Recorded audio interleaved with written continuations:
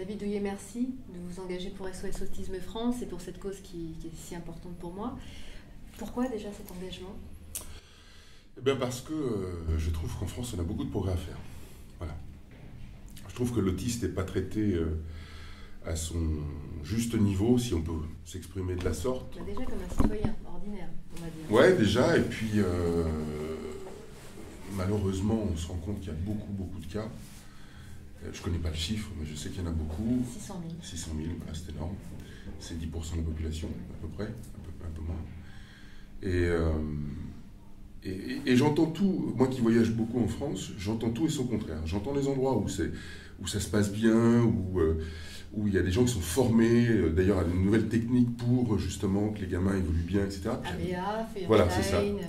Et d'autres, c'est le désert de Gobi, quoi. Enfin, c'est invraisemblable. Donc je ne comprends pas pourquoi il n'y a pas encore une politique homogène sur tout le territoire pour traiter ce sujet, parce que je l'ai vu au sein de certaines familles qui me sont proches, et c'est très compliqué.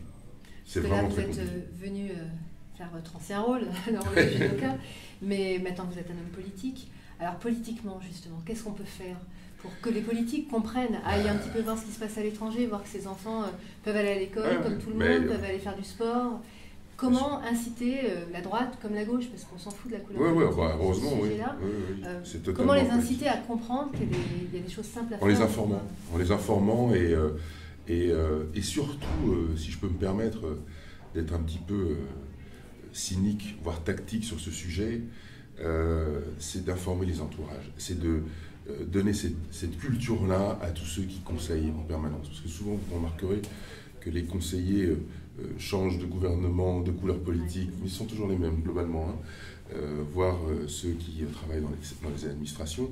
Il faut que ceux-là, ceux qui vont parler demain à l'oreille d'un ministre qui, lui, va découvrir un milieu, va découvrir un domaine, a besoin de comprendre, a besoin de se nourrir d'informations, eh bien, faut qu'il ait les bons relais, les bonnes informations. Et c'est en cultivant tout ce qu'il y a autour de celui qui un jour portera la décision, eh bien qu'on arrivera à faire passer les choses. Mais ça, il faut le faire constamment, sans relâche et sans se décourager.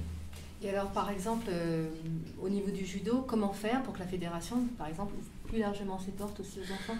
Est-ce que vous seriez prêt à venir avec nous, par exemple, voir le président de la fédération de judo pour c'est pas un problème. Mais je connais déjà sa réponse, parce qu'il est sensible à ces sujets-là. Il est sensible à l'handicap, toute forme de handicap.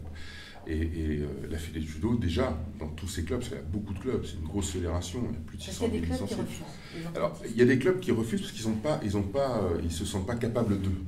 Et en fait, le nerf de la guerre, il est là, en fait. Il y a des éducateurs qui les accompagnent. Voilà. Mais je pense qu'ils se font une fausse idée, qu'il faut peut-être. Il y en a un qui m'a dit qu'il faut des infrastructures spéciales. Non, c'est toujours la même chose. Il faut faire comprendre aux gens.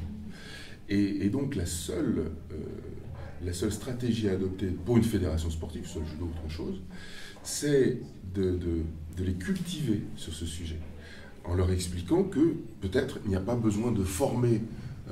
La preuve, moi je ne l'étais pas, j'ai passé un moment avec Raphaël, ça se passe bien, mais parce qu'on a l'habitude, j'ai un gosse, on les sent, quand on a envie de donner, quand on a envie d'apprendre à quelqu'un, ça passe tout seul.